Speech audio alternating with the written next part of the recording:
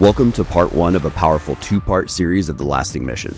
Mission Roll Call CEO Jim Whaley sits down with Senator Greg Landsman, a congressional leader and advocate for Voices for Non-Opioid Choices, a nonprofit fighting for the health and dignity of our veterans and their families. Stay tuned and join us in this critical conversation. As you all know, we are the voice of the American veteran. We amplify your voice on important subjects that affect veterans across our community, their families, their caregivers. And the subject we're talking about today with Representative Landsman from Ohio is a very important one, and one that affects literally millions of Americans across our country. And that's about opioid use, misuse, how that affects our communities. Congressman Landsman is on the cutting edge of legislation. He's been working with a number of key organizations to address this issue. But before we turn it over to the congressman, and I'll ask him to say a few words, is just to give everybody a little sense of the impact here. 3 out of every 4 drug-related overdoses involves opioids. You think about it, 3 out of 4. And in the last 20 years, we've lost 500,000 Americans due to opioid overdoses. It's a plague. It affects every community, but it really affects the veteran community and rural communities. And Congressman, I know you're doing some great work. Can you tell me a little bit first about yourself and how you got involved with this important cause?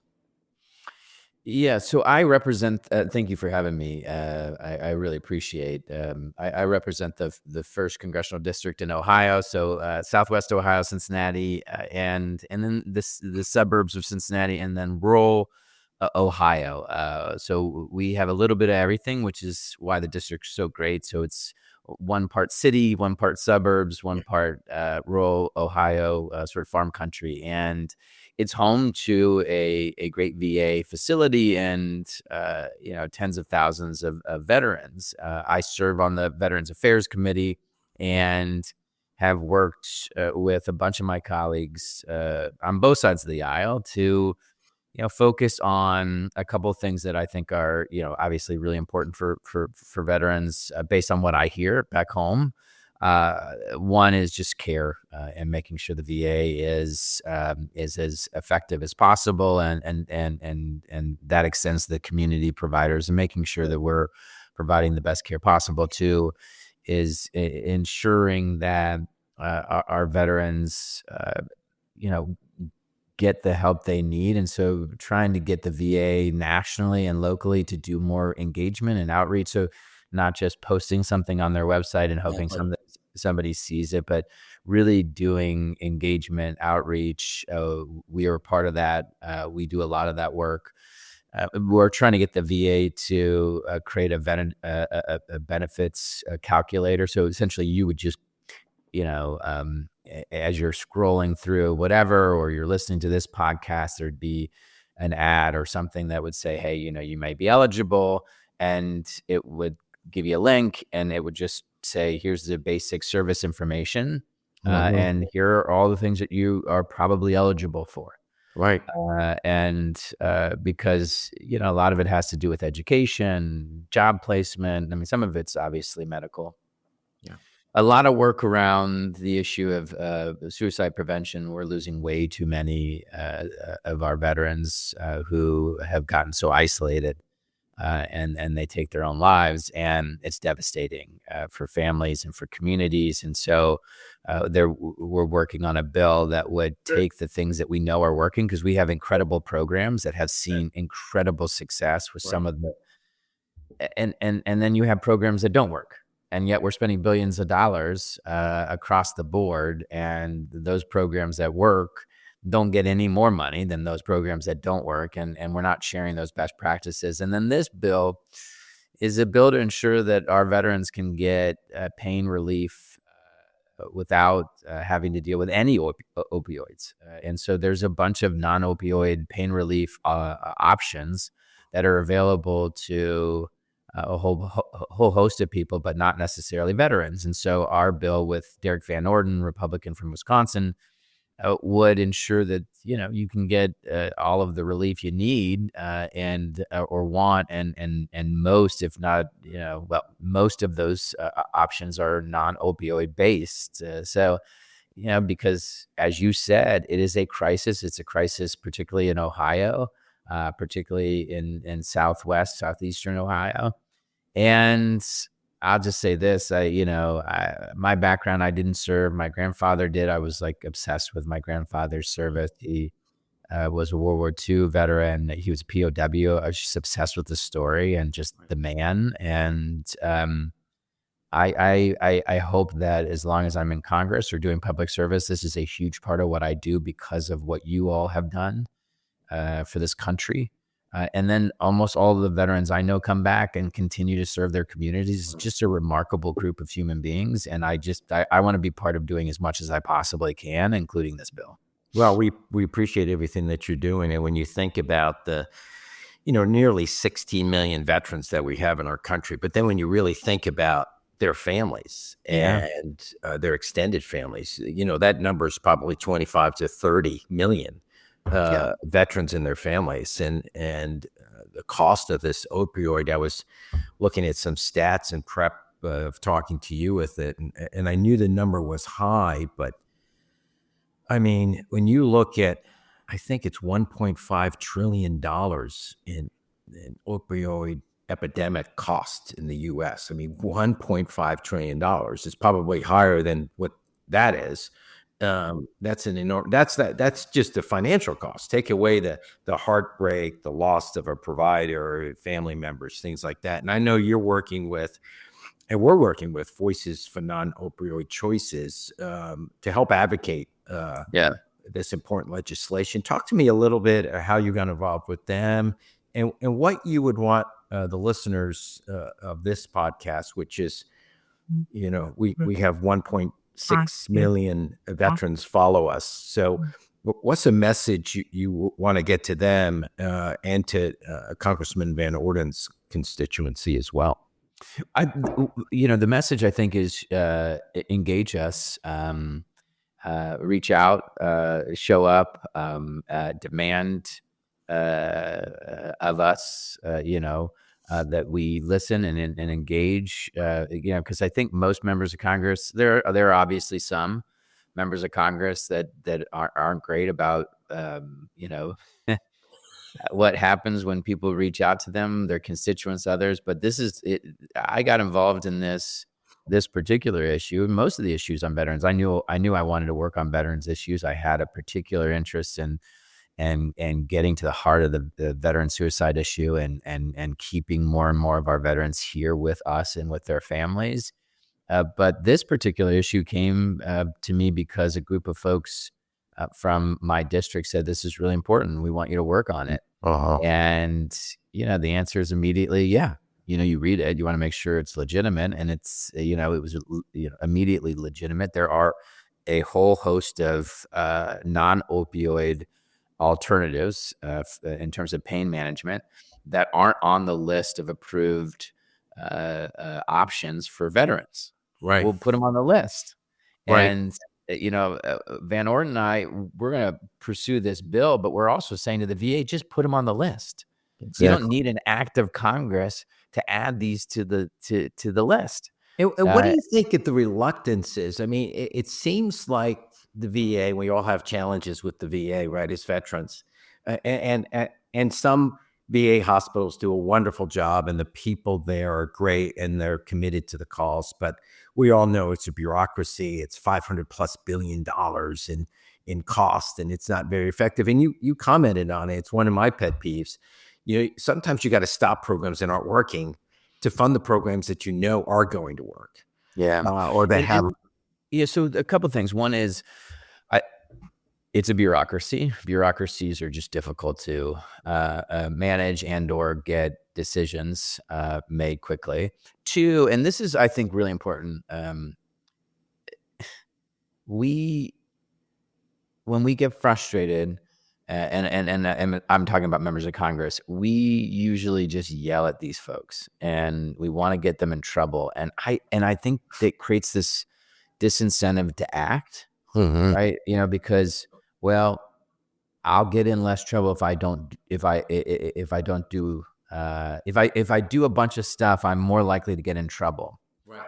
So I do worry that sometimes we tackle these things by saying we're gonna expose, we're gonna bring you in and we're gonna have you testify and we're gonna yell and scream, and I get the frustration. Trust me, I do. I just worry that it does create a culture where people don't want to do something by, in this case, by simply adding some of these medications to their approved list. Now, I don't know if that's true. I know that sometimes is part of the inaction in these bureaucracies, is people who just don't want to rock the boat because they don't want to get yelled at.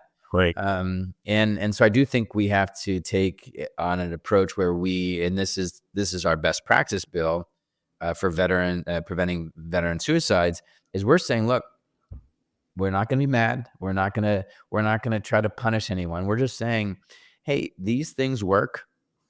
We know they work. We want all of our programs to use them. From now on, if you get money, use these things that work. So you can, we're not, you know what I'm saying? So that people want to participate and get better.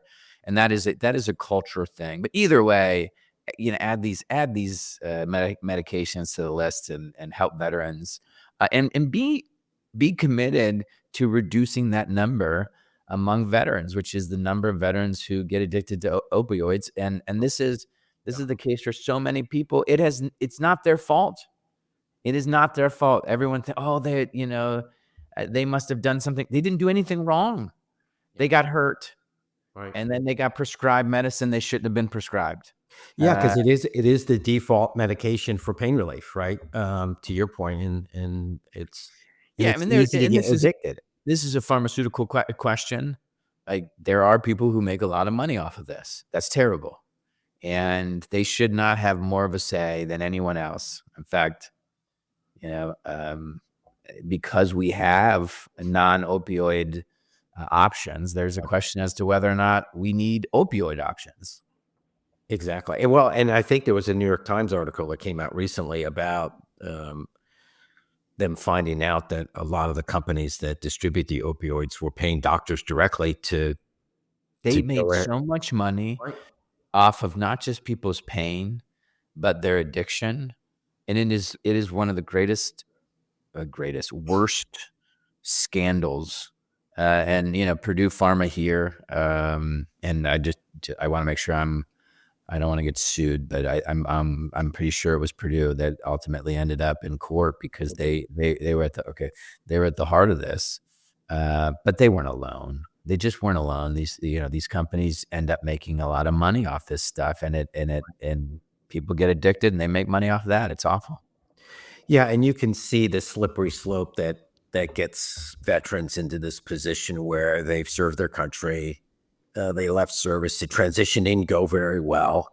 They have an injury. They get on an opioid. They get addicted to that. As you pointed out, they get isolated, separated from their tribe, right? Those people that took care of them, and they had a common cause. And now they're very isolated. Maybe they're in a rural area, maybe they're not. But either way, they're isolated. And of course, then they go down that slope of dark thoughts that eventually can lead to them attempting to take their life or being successful in taking their life. And it just seems, here where they were the, heroes. Heroes. I mean, they're the hero. They're the hero of the story. And they did what. Not only we asked them to do this, we begged them to do this. We needed them to do this, and then they come home, and maybe they're celebrated for a period of time, but then people start to lose focus, and this goes beyond the medication issue. We have got to do a better job of pulling them back into community. Or just being, showing up and, being part of the community that they're building. And we have a veterans group that we work with on a regular basis. We do a whole host of events with them, including the Veterans of the Year award ceremonies, which it helps us identify new folks to lift up. But, building community and getting folks out of this place of isolation is important for everyone, including veterans. Well, and they're all great points, and we couldn't agree more. And we hear that from our veterans. One thing that we do very often is we send out polls Yeah. to all of Yeah. our veterans, and then we use Yeah. that polling to work with Yeah. folks like you and to work with the Senate and the VA to say, hey, this is what we're hearing from our veterans, and we can break it down by congressional district. Yeah. And this is an important issue to veterans because it affects so many. And if you think about it, I think we have a challenge in this country where we think of problems in a stovepipe kind of fashion. Well, this is a problem and that's a problem, and then we'll fix this problem. The challenge is we don't look at it holistically. And the fact is when you have a percentage of veterans that are addicted to opioids and they're back in their community, and the community sees that, you're less likely as a coach or a mentor or a parent is to recommend military service to those that you love when you see how it ended up. So all these things are linked together.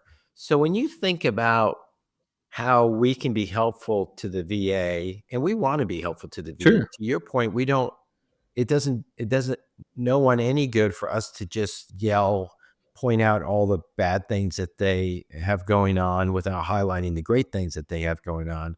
But Yeah, it's kind of it's a balancing act because you also you got to go advocate and fight, but you want to keep them as a partner because at the end of the day we need them to provide these services and to work with us. So I agree. right. But when you look at the increase in cost Yeah. of investment, let's say, of the U.S. in the Veteran Administration, and it's gone up. And I don't have the numbers in front of me, but it's gone much higher percentage-wise than the number of veterans served. So veterans numbers are dropping, but the numbers for the cost associated with the VA is increasing. How do you see this subject of opioids contributing to that, affecting that? Yeah, I'm not sure. I mean, I've seen different data, so we'll have to, share some of that with each other after, or maybe as part of the follow up that the administration has gone up, or the number of folks, and maybe this was just as part of the additional resources related to the PACT Act support.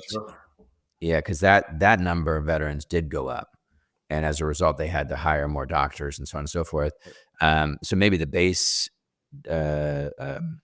I'll need to get into that because I always assumed it was the PACT Act, kind of trajectory, which is you have to hire more people when you have more veterans being served, and there were more veterans being served as a result of the PACT Act. But if you take away the PACT Act and you just look at sort of general services, I'll have to, if that's the case, and I don't think you have any reason to not tell me the truth. That is an issue, and I'm not sure I can explain it other than, the PACT Act is helping to get more and more veterans in the door. And so hopefully that will make a huge difference. Right. I'm one of those folks who believes in this effort to make government more efficient should happen and should be bipartisan, because I think we get to better, results if it is bipartisan. And one of the ideas I have said is like, you got to improve these websites, make it easier. People got to get in and find out what they're able to, what the services are immediately that they're eligible for. We got to get them enrolled faster. When they have a claim, we got to speed that up, use AI, use whatever to speed that up. Look at the bureaucracy. And I tend to think, you know what? I doubt we have too many frontline workers. I suspect there's probably maybe one too many managers, and that contributes to the bureaucracy. But that's just what I've seen. So I think what this would do is simply just provide better options for veterans in terms of dealing with their pain, so they don't get addicted, and that would ultimately reduce costs. It would just reduce the need for veterans to continue to come back for that particular issue, because now they've dealt with their pain and they're not addicted to anything. Right. Right. So No, it's a good point. One of the things we're trying through our website new design and is to make it easier for veterans to find other organizations to join. So what we're trying to do is highlight other veteran support organizations so veterans can find their path to either volunteering, getting involved in their community, finding their tribe again, but also, you know, we've done a number of YouTube videos in our university system that we have to help veterans kind of navigate the VA. And to your point, it's a difficult process. yeah. Maybe One thing, go ahead. yeah, no, sorry. One thing is, like, each member of Congress has, or at least we do, we have a person who just works with the VA, a caseworker. So if you have any issues whatsoever, or just start with us, I mean, you shouldn't have to, but like, just so you know, your member of Congress, and everyone has one, should have caseworkers who help with Social Security and Medicare and passport issues, all the federal stuff. Right. That includes the VA. So anytime there's an issue, it's just like, hey, come with us. Right. We'll kick that door down with you. You Yeah. know what I mean? Yeah. And that's great that you do that. Yeah, that's one. I mean, and there are advocates too, and I suspect you promote those supports. But I think the key is just build community, because you can't. There's very little you can do on your own in life. Period. Right. And the bigger your community, the easier it is to get things done, including the VA. So, like, if you're part of any number of veteran groups, and maybe they don't even describe themselves as a veteran group, but it's just a group and it includes veterans. And something comes up with the VA, someone's got the answer in that group. You know what I mean? Yeah.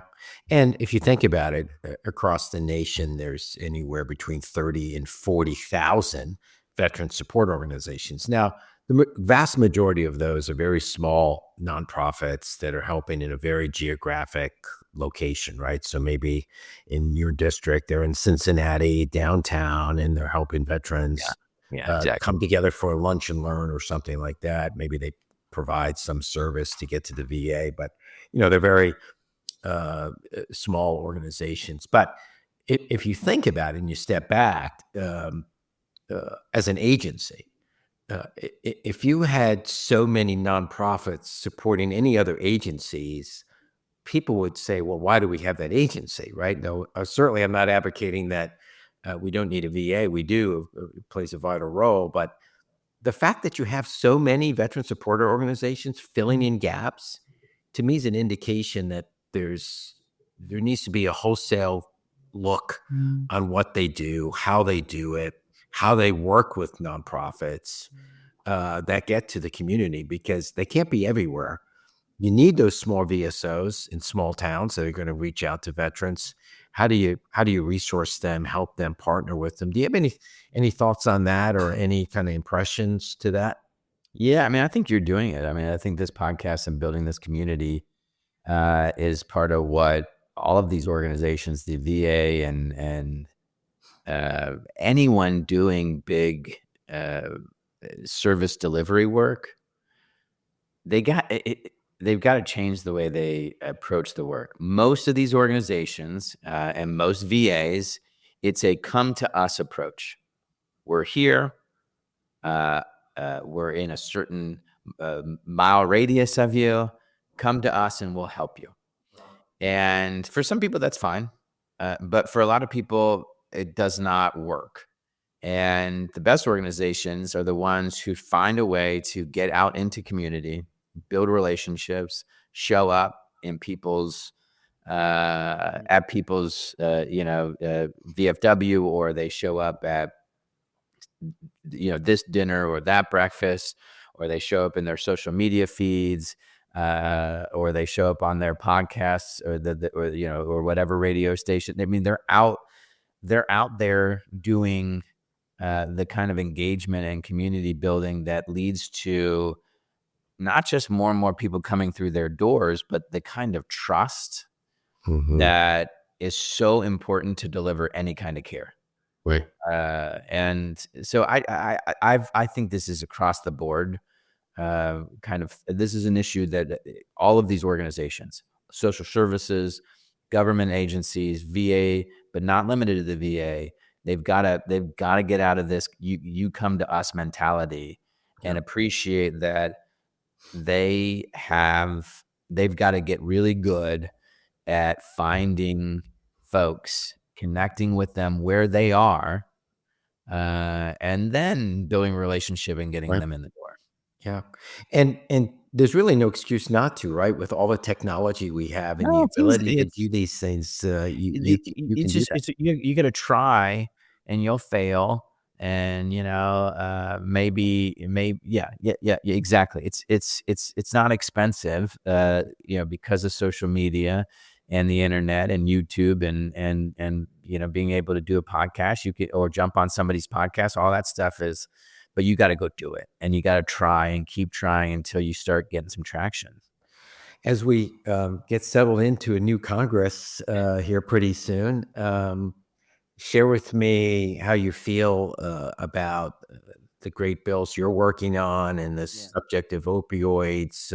How can we be helpful? What do you see as some of the obstacles? What do you see as some of the opportunities?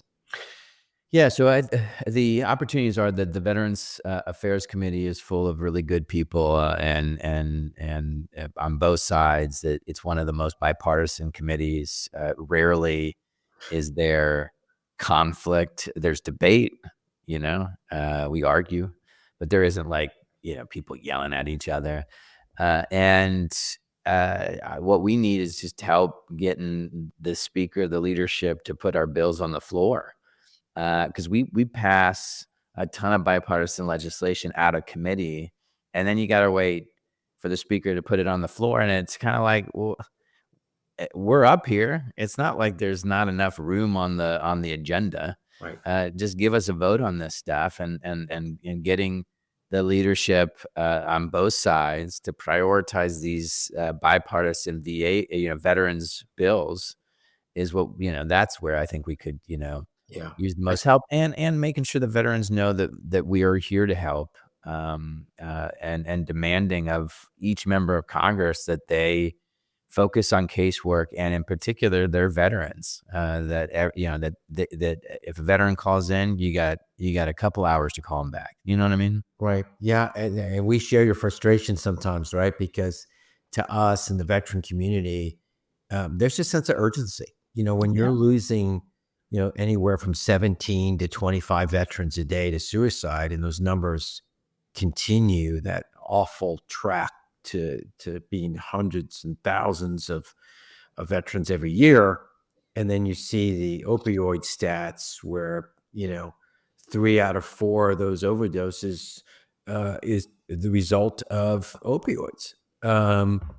So there is a sense of urgency, but sometimes, as you know, when you walk up there and you're in DC and you're meeting with people, there's not a sense of urgency on No, these subjects. And we it think, drives me crazy. It's the thing that I get most frustrated with. It's not the partisanship. It's not the eccentric members and their, the funny, crazy things they do on social media. It's the lack of urgency, and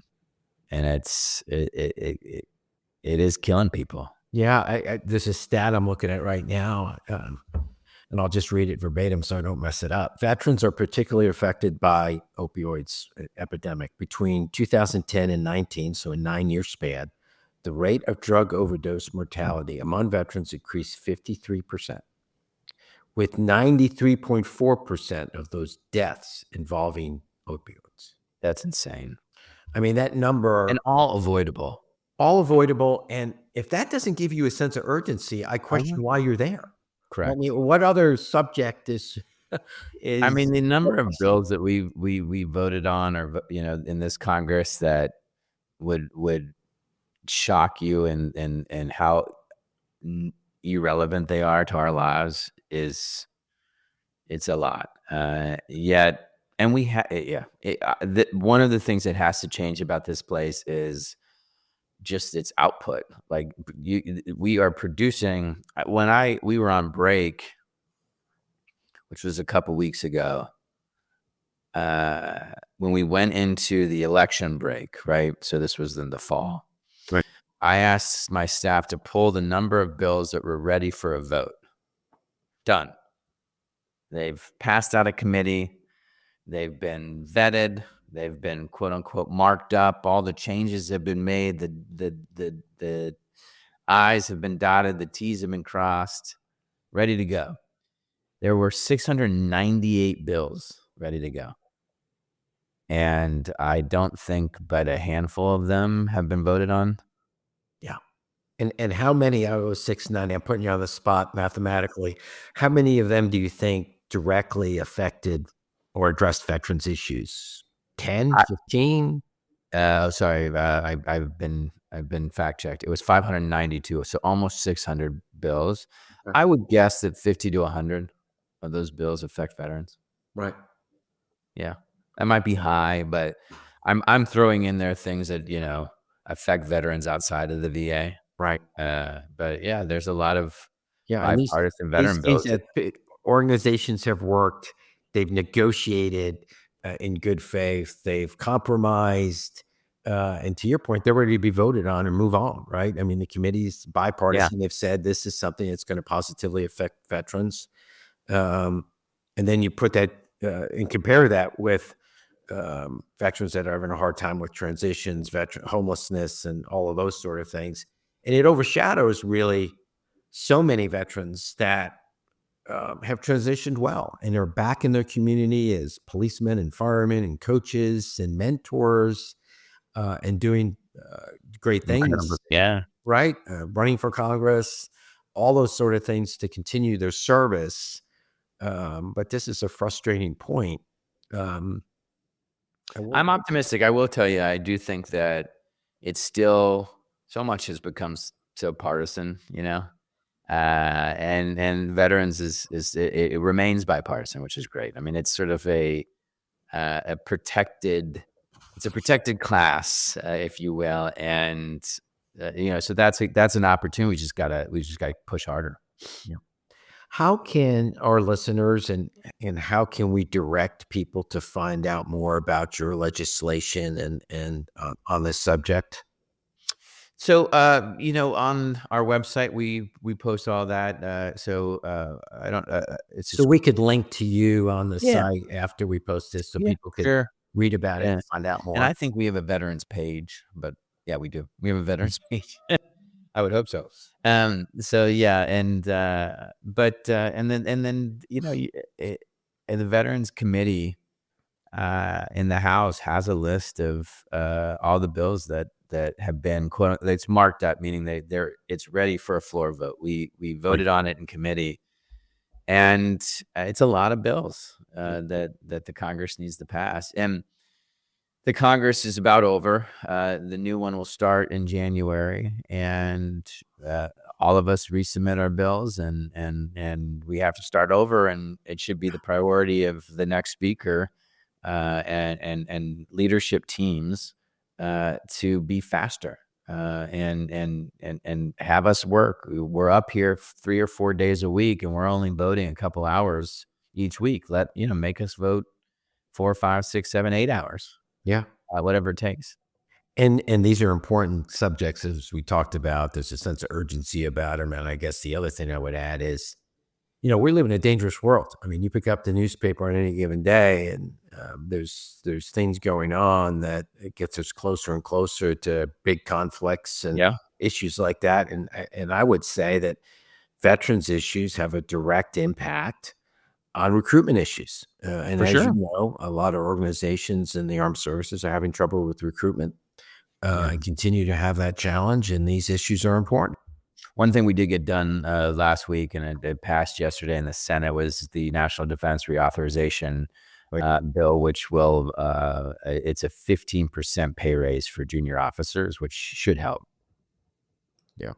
Well, absolutely. When you think about that, and one of the numbers I use is one that comes off the DoD website, and that is that 24% of active duty military have food insecurity issues, which really equates to financial insecurity issues, right? If you can't buy food, it's because you don't have money.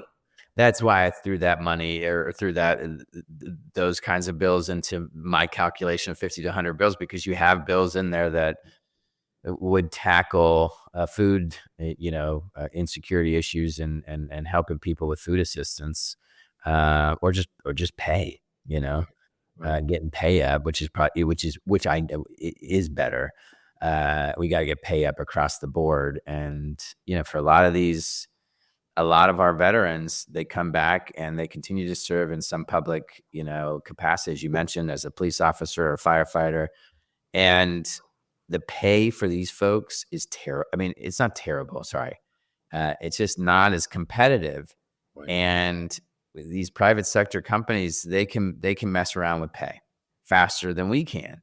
But when we have an opportunity, whether it's Congress or the state or city governments, you've got to get the pay up.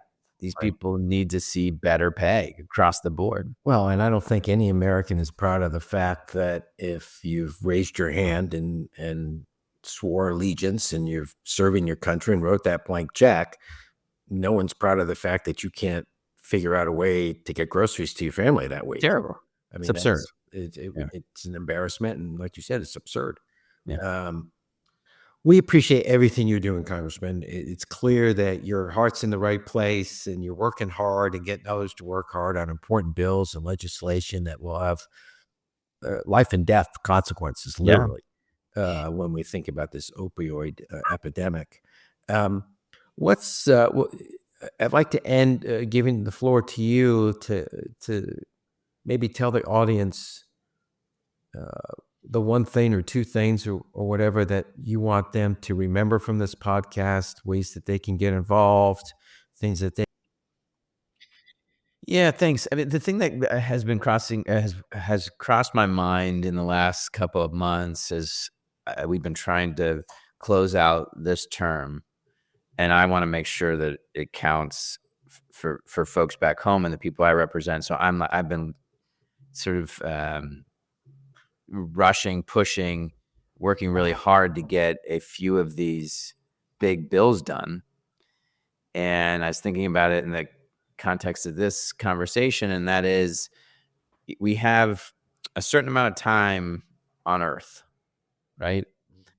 And it's, I think that's God-given time. God gives us an amount of time, and whether there's an expectation or not, I think there is. We should use every minute of it, and to get as much done for one another as we possibly can. That to me is, and that starts with your family. For me, my wife and my children, and then you think about the community that sort of surrounds your family. But as a veteran coming back, there's a sort of a world that you kind of own. And as a member of Congress, own in the sense that you're in a position to make it better. Right. And I think the idea of appreciating that we do have this time, and you use it as wisely as possible to get as much done as you possibly can for other people, will make you very, very happy. And I think it's what it's all about. Well, thank you. It's a great note to end on, and I would urge all of our viewers across the country that represent every state. There's a sense of urgency here. Time is not our friend. We need to get with our representatives, let them know how we feel about them, share with them this important legislation, and get behind it and ask them what they're doing to support it. As a 501c3, we're advocating for veterans every day. We take your voice and we amplify that. We don't filter it. We share it with the press. We share it with elected officials and those in positions to make a difference at the VA and the DoD. So get involved, share this podcast with your friends and family, and get involved and join Mission Roll Call and help your fellow veterans. We will send it out to all of our folks. I really appreciate what you're doing, Jim. All of you, Appreciate it. the whole team. And And Merry Christmas to you and your family. And thank you so much for joining the podcast You today. too. You bet. Thank you.